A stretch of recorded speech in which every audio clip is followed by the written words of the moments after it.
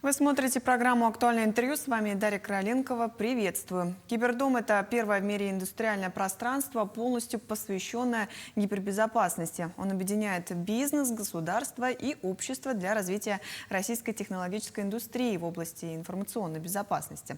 Наши гости в студии: Александра Щедюк, заместитель генерального директора Кибердома, город Москва. Александра Владимировна, здравствуйте. Здравствуйте. Ну, расскажите для начала о Кибердоме, его подготовке для участия в федеральном форуме «Цифровой алмаз» в Якутске именно. Спасибо большое. Кибердом – это уникальный проект в мире.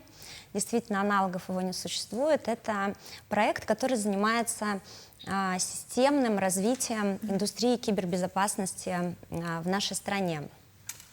По сути, это и большое объединенное комьюнити в размере более 2000 специалистов в области информационной безопасности совершенно разных направлений.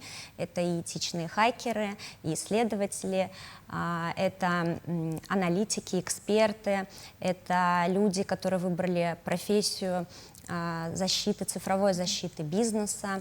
Это люди, которые занимаются форензикой, синтом, расследованием в области преступлений в сфере кибербезопасности. Также проект носит социальный характер. Мы системно занимаемся программами по киберграмотности для общества, для того, чтобы помогать нашей стране и всем гражданам бороться с кибермошенничеством. Работаем со стартапами в области информационной безопасности, с вузами, рассказываем школьникам о перспективах этой профессии, ведем диалог с государством относительно текущей регуляторики в данной сфере. То есть это достаточно обширная сфера треков. И также в Кибердоме в Москве, в центре города, мы открыли здание. Это своеобразный дом для индустрии кибербезопасности, внутри которого также находится уникальный киберполигон, в рамках которого представлены 6 индустрий, включая космическую, где студенты в области информационной безопасности и специалисты могут тренировать свои навыки и проверять информационные системы бизнеса на устойчивость к атакам. Ну, расскажите о подготовке для участия в нашем цифровом алмазе. Мы сотрудничаем с цифровым алмазом уже не первый год. В прошлом году мы готовили сессию, посвященную кибербезопасности для системообразующих предприятий республики. В этом году наше сотрудничество расширилось. Мы организовали 2 сессии. Первая посвящена дуальности использования искусственного интеллекта в области кибербезопасности и цифрового развития бизнеса. И вторая была посвящена профессии и будущему профессии белого хакера и этичному хакингу в стране и непосредственно в республике. Ну, это ваше первое участие или не первое? Ну, как говорю уже, мы сотрудничаем уже 2-й год. В прошлом году, да, нам удалось очень эффективно посотрудничать, и в этом году был более широкий спектр наших совместных работ и в подготовке к данным сессиям, и в вовлечении специалистов и высоких экспертов в данной области, которые приехали из Москвы, также в содружестве с экспертами, образовательными учреждениями, компаниями внутри республики. Ну и на полях форума, Министерство инноваций и цифрового развития республики, и Кибердом подписали соглашение о сотрудничестве в сфере информационной безопасности и информационных технологий. Расскажите о соглашении в целом и каковы его пункты. С Анатолием Аскалоновичем мы подписали вчера соглашение. Основная его суть – это сотрудничество с Кибердомом и правительством республики в рамках развития так называемого кадрового резерва в сфере кибербезопасности и цифровой защиты. Мы планируем провести ряд очень важных мероприятий, таких как большая республиканская олимпиада по отбору талантов в направлении белого хакинга и специалистов для реагирования на инциденты по кибербезопасности.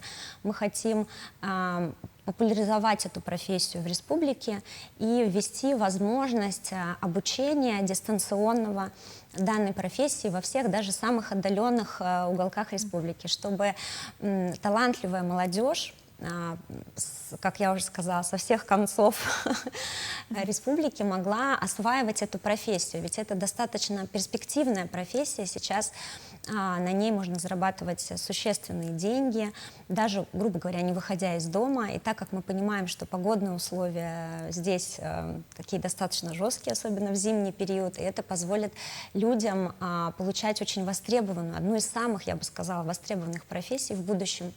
Это первое направление. Второе направление: мы хотим открыть такое предпредставительство кибердома в Якутске, и для этого в следующем году мы хотим сделать первый шаг, так называемый шоурум, где мы покажем и расскажем о том, что из себя представляет проект, как он помогает, какие форматы сотрудничества и мероприятий он создает.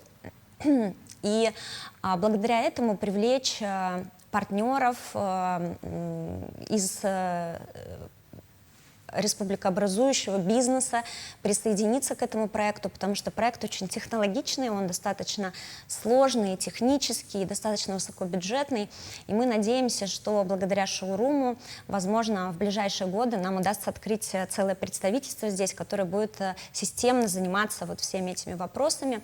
А также, как я уже сказала, я думаю, что для правительства республики это тоже очень важное направление, это противодействие кибермошенничеству, телефонному мошенничеству, это системные программы по киберграмотности для населения. То есть мы здесь говорим и о школьниках, о студентах, о семьях с детьми, о пенсионерах. То есть практически мы охватываем весь спектр граждан. И наша некая такая уникальная история здесь заключается в том, что мы создаем не просто контент обучающий, мы создаем контент вовлекающий, используя все новейшие мировые методики. Это и большие квизы, и иммерсивные шоу, различного рода интерактивные лекции, которые именно на психологическом уровне вовлекают людей вот в эту сферу. Потому что все мы с вами знаем, например, что нужно мыть руки перед едой. Но вряд ли кто-то это делает. Также и в борьбе с кибермошенничеством. Мы понимаем, что это плохо, что нужно делать, какие-то базовые правила личной гигиены. Но для того, чтобы люди использовали, задумывались, нужно достучаться, так сказать, до их сердец, до их личного взаимодействия. Ну и главное, чтобы интересно было. Александра Владимировна, что насчет сессии? Да? На форуме вы вели тематические сессии, например, и гипербезопасность, да? Новые риски для бизнеса, государства. Что обсуждали, какие ключевые темы затронуты были? Искусственный интеллект сейчас, наверное, одна из самых популярных тем, и в рамках данной сессии мы обсуждали дуальность его применения в бизнесе с точки зрения того, что искусственный интеллект — это некий прикладной инструмент, который может быть использован как для защиты от кибератак, также он может быть использован черными хакерами и мошенниками для формирования нападающих атак.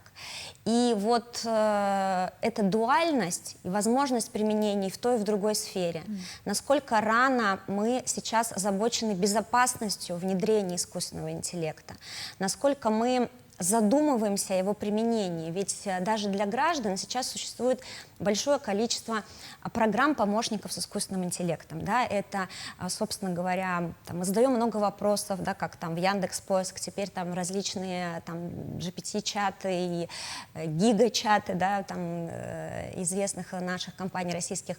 Мы систематизируем переговоры, мы составляем себе какую-то речь, то есть мы очень много пользуемся программами с искусственным интеллектом. Но мы должны задумываться о том, что любая программа — это написанная модель. Модель пишется человеком. Человек вкладывает в эту модель определенные факторы, определенный системный подход и стратегию. Любая модель может быть уязвима. Она может содержать заранее вложенные туда инструменты той же самой атаки или того же самого мошенничества или формирования какого-то определенного публичного мнения. Потому что машина сама не пишет текст, она формирует его по критериям. Эти критерии задает человек. Поэтому мы все с вами стремимся в цифровое будущее. Возможно, уже через 5 лет, а может быть и раньше, мы и наши дети будут учиться и черпать информацию в основном из программ, созданных на базе искусственного интеллекта. И мы все должны с вами понимать и обучать наших детей тому, что это двойственность. Мы всегда должны задавать себе вопросы, а почему искусственный интеллект отвечает именно так, почему он дает нам именно эту информацию, а не дает какую-то другую, да, то есть это эпоха, грубо говоря, да, возможность определенного недоверия, взращивания вот этого навыка критичного мышления, критического мышления, да, относительно того, что мы всегда должны задавать вопрос, а почему именно так? А что имелось в виду? Да? А что если вот так? И вот это мышление, на мой взгляд, ключевая черта будущего и один из самых главных навыков, которые мы должны растить в наших детях. Ну, то есть даже нейросеть надо проверять. Конечно, безусловно. Вот еще одна сессия на форуме «Белый хакер», да, вот как профессия будущее. На чем вот была сфокусирована дискуссия сама? Ну, тема очень интересная, очень нетривиальная, потому что, во-первых, сейчас идет такой большой информационный хайп вокруг профессии белого хакера, разрабатывается законодательство, и мы очень верим, что оно будет способствовать именно развитию этой профессии, а не, наоборот, ее такому жесткому регулированию. Профессия очень творческая. Люди, которые работают в этичном хакинге, это люди, обладающие уникальным мышлением, способностью задавать вопросы, которые другие люди не задают, способность разбирать системы. Их основная компетенция в том, что они ищут способы взлома для того, чтобы их блокировать, для того, чтобы предугадать действия злоумышленника, чтобы он не смог поступить точно так же. По сути, они пользуются теми же самыми инструментами, что и черные хакеры, но только в благих целях. Поэтому эта профессия очень дуальна, но она необходима, потому что бизнес и государство сейчас, особенно в условиях, в которых находится наша страна, выстраивают и обязаны выстраивать крайне эффективную безопасность, да, устойчивость к кибератакам. Как эту устойчивость проверить? Это очень серьезный и актуальный вопрос. Можно потратить много денег, создавая информационную безопасность, там, нанять большой штат, но ты никогда не будешь знать, насколько это устойчиво к реальной кибератаке, пока ты не проверишь это на деле. Вот сообщество белых хакеров — это как раз специалисты, благодаря которым мы можем получить эффективную оценку выстроенной системы защиты. По сути, это такой своеобразный краш-тест, да? То есть, когда создается какой-то новый автомобиль, безусловно, он не выпускается на дороге, пока он не пройдет краш-тест, и мы не убедимся, что он безопасен для нашей жизни и здоровья. То же самое здесь. То есть, только благодаря исследованию, киберучениям, кибериспытаниям, пин-тестом, это тестированием на уязвимости, мы сможем понимать, что мы действительно в стране и в рамках бизнеса выстраиваем эффективные системы защиты. Вот об этом, собственно говоря, мы и говорили на сессии, и где выступали представители действительно сильнейших белых хакеров в нашей стране. Спасибо, Александра Владимировна, что сегодня к нам пришли. Надеюсь, все соглашения вступят в силу уже в следующем году, и все проекты будут продуманы и осуществлены. Спасибо большое. Я напомню, это была программа «Актуальное интервью». До встречи.